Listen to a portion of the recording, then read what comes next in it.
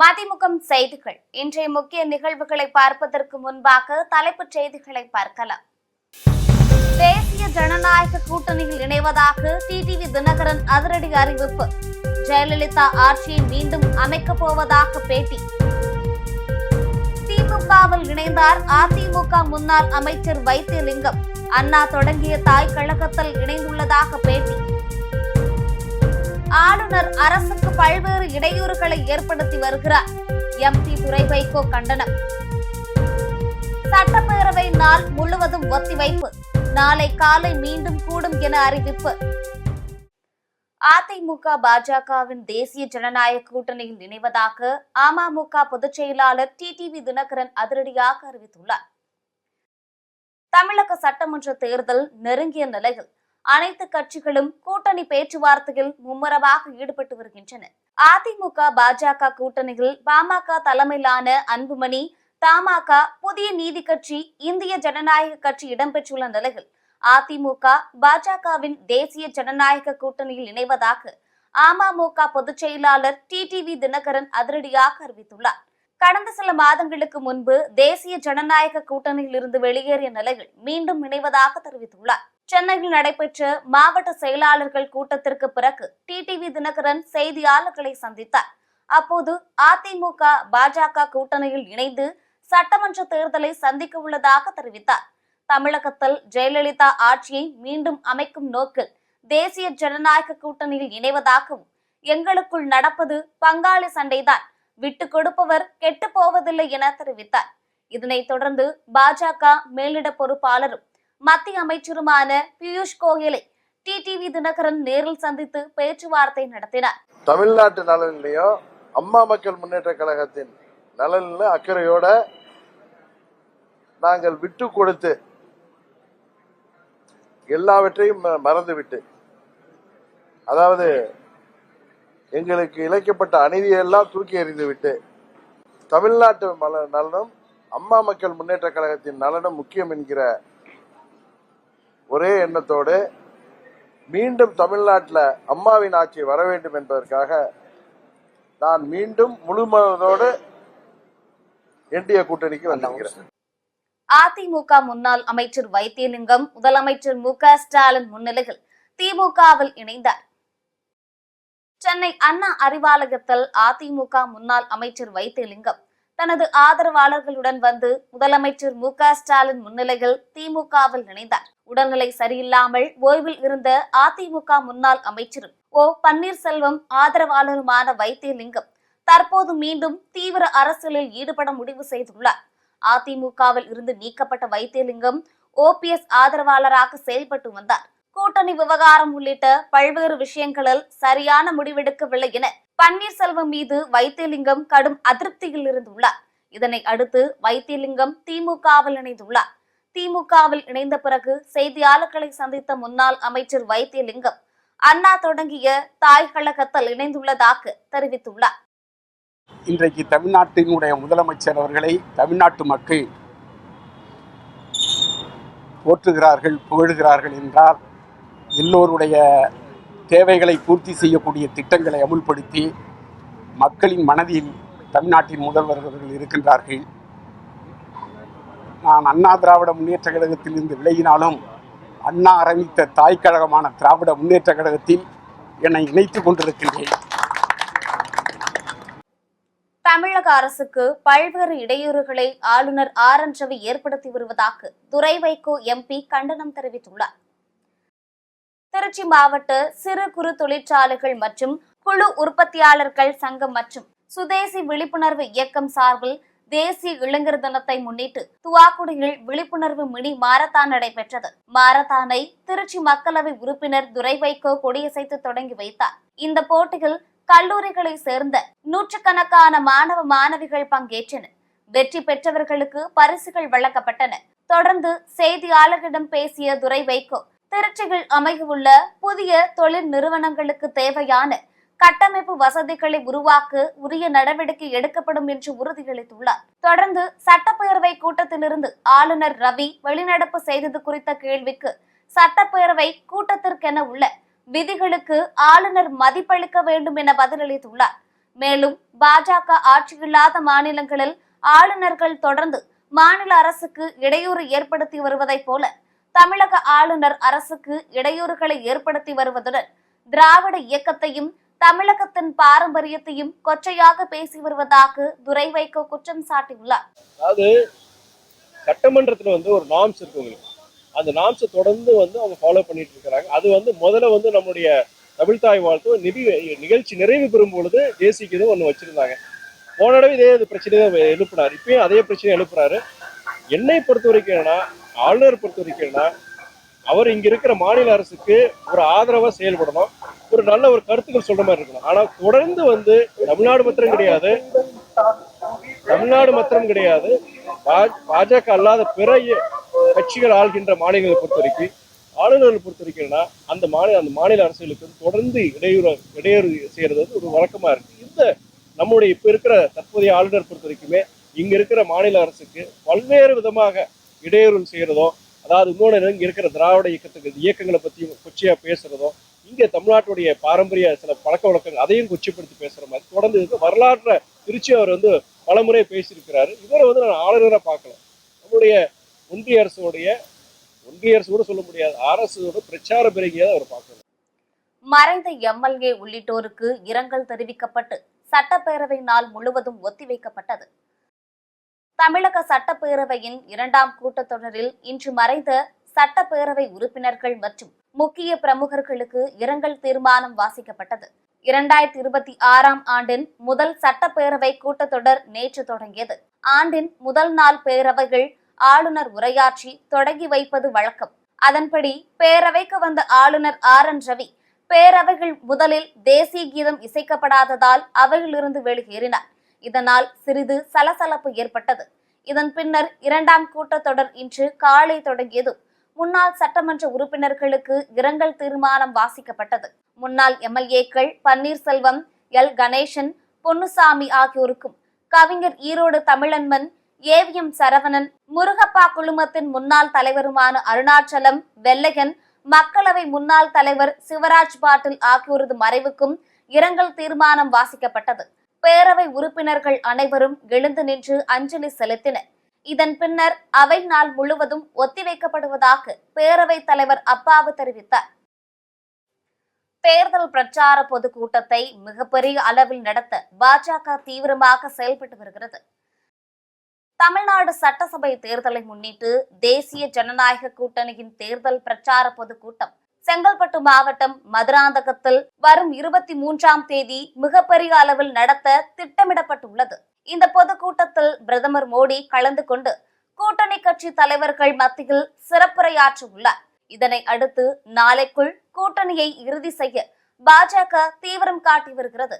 அந்த வகையில் மத்திய அமைச்சர் பியூஷ் கோயல் இன்று சென்னை வந்துள்ளார். அதிமுக பாரதிய ஜனதா கூட்டணியில் அமமுக இணைந்த நிலையில் தேமுதிகவை சேர்க்கும் முயற்சிகள் மேற்கொள்ளப்பட்டு வருகின்றன. இதனால் 23ஆம் தேதி நடைபெறவுள்ள தேசிய ஜனநாயக கூட்டணியின் தேர்தல் பிரச்சார பொதுக்கூட்ட மேடையில் பிரதமர் மோடியுடன் கூட்டணியில் இடம்பெறும் தலைவர்களையும் பங்கேற்க வைக்க பாஜக திட்டமிட்டுள்ளது. அதற்கேற்ப கூட்டணி கட்சிகளுடன் தேர்தல் தொடர்பான தீவிர பேச்சுவார்த்தைகள் நடந்து வருகின்றன.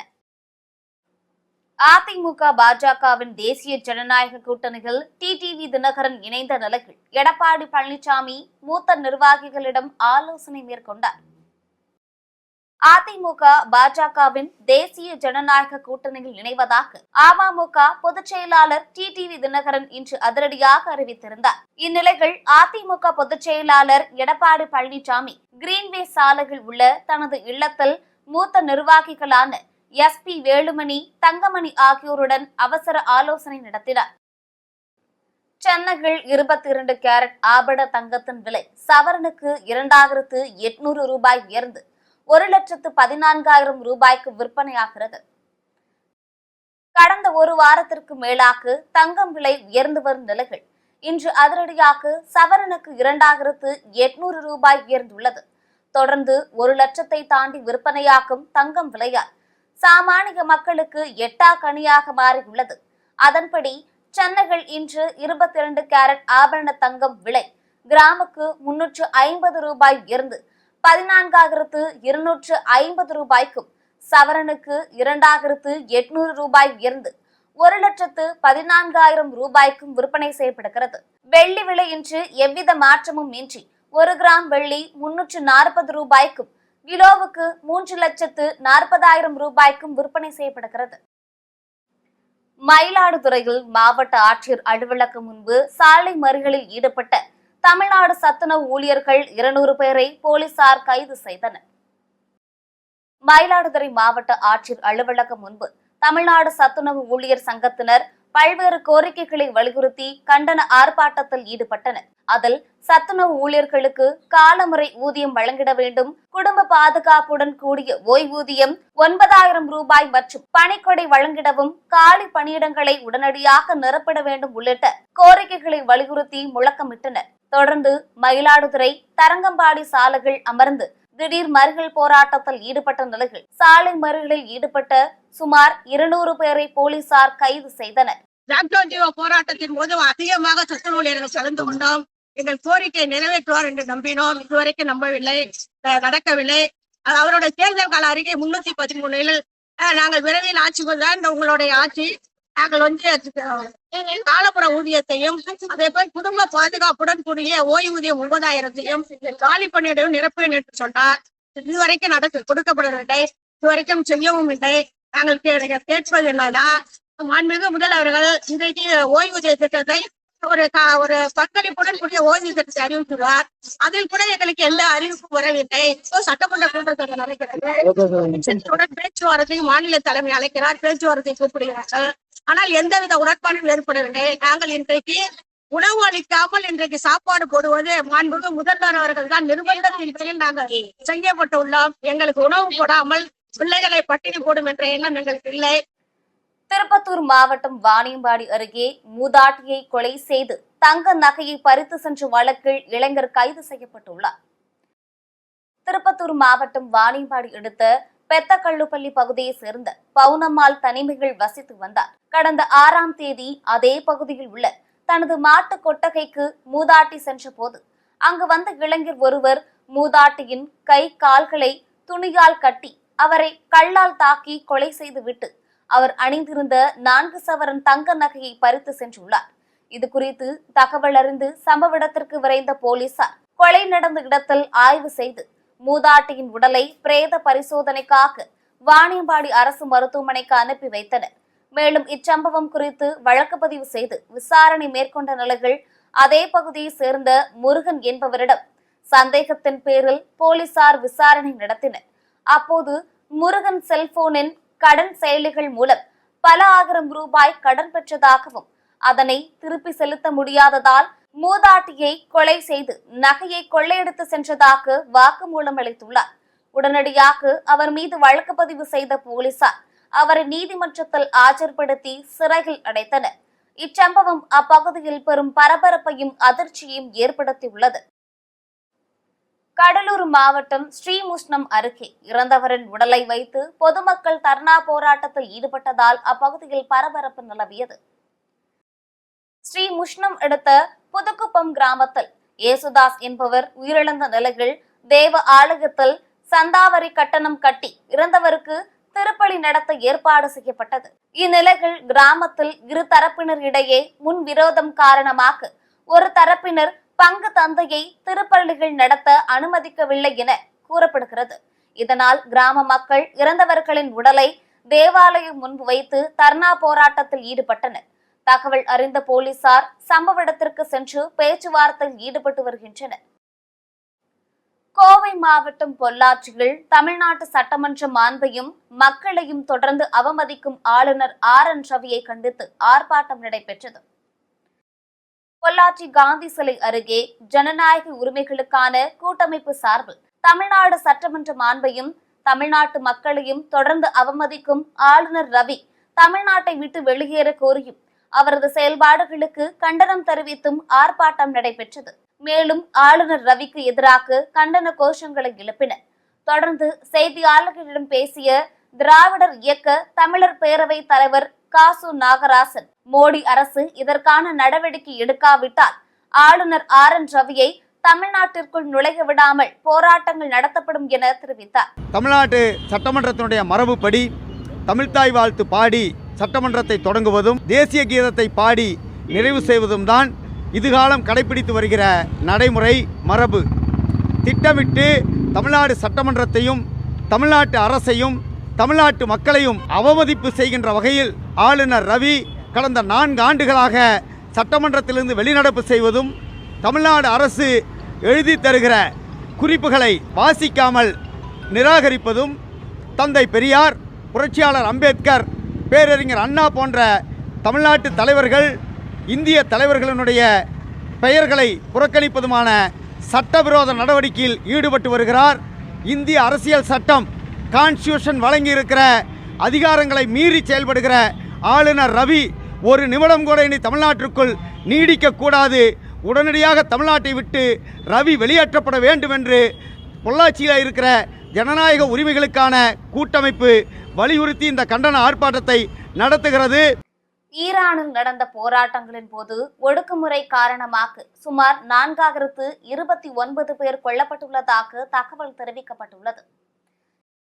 ஈரானில் சமீபத்தில் நடந்த போராட்டங்களின் போது ஒடுக்குமுறை காரணமாக சுமார் 4029 பேர் கொல்லப்பட்டுள்ளதாக அமெரிக்காவை சேர்ந்த மனித உரிமை ஆர்வலர்கள் செய்தி நிறுவனம் தெரிவித்துள்ளது. மேலும் பலர் கொல்லப்பட்டு இருக்கலாம் என்றும் அச்சம் தெரிவித்துள்ளது. இதனிடையே ஈரானில் இந்த கொலைகள் காரணமாக சுவிட்சர்லாந்தின் டவோஸில் நடக்கும் உலக பொருளாதார மன்றத்தில் உரையாற்றுவதற்காக ஈரான் வெளியுறவுத்துறை அமைச்சர் அப்பாஸ் அராக்சிக்கு வழங்கப்பட்ட அழைப்பு திரும்ப பெறப்பட்டது. கடந்த சில வாரங்களாக ஈரானில் பொதுமக்களின் உயிர்கள் பறிக்கப்பட்டு இருக்கும் நிலையில் டாவோஸில் ஈரான் அரசை பிரதிநிதித்துவப்படுத்துவது சரியல்ல என்று உலக பொருளாதார மன்றம் தெரிவித்துள்ளது. மீண்டும் தலைப்பு செய்திகள். தேசிய ஜனநாயக கூட்டணியில் இணைவதாக டிடிவி தினகரன் அதிரடி அறிவிப்பு. ஜெயலலிதா ஆட்சியை மீண்டும் அமைக்கப் போவதாக பேட்டி. திமுகவில் இணைந்தார் அதிமுக முன்னாள் அமைச்சர் வைத்தியலிங்கம். அண்ணா தொடங்கிய தாய் கழகத்தில் இணைந்துள்ளதாக பேட்டி. ஆளுநர் அரசுக்கு பல்வேறு இடையூறுகளை ஏற்படுத்தி வருகிறார். எம்பி துரை வைகோ கண்டனம். சட்டப்பேரவை நாள் முழுவதும் ஒத்திவைப்பு. நாளை காலை மீண்டும் கூடும் என அறிவிப்பு. இத்துடன் செய்திகள் நிறைவடைந்தன. மீண்டும் செய்திகள் இரவு 8 மணிக்கு. மேலும் செய்திகளை தெரிந்து கொள்ள மதிமுகம் பிரைம் யூடியூப் தளத்தில் இணைந்திருங்கள்.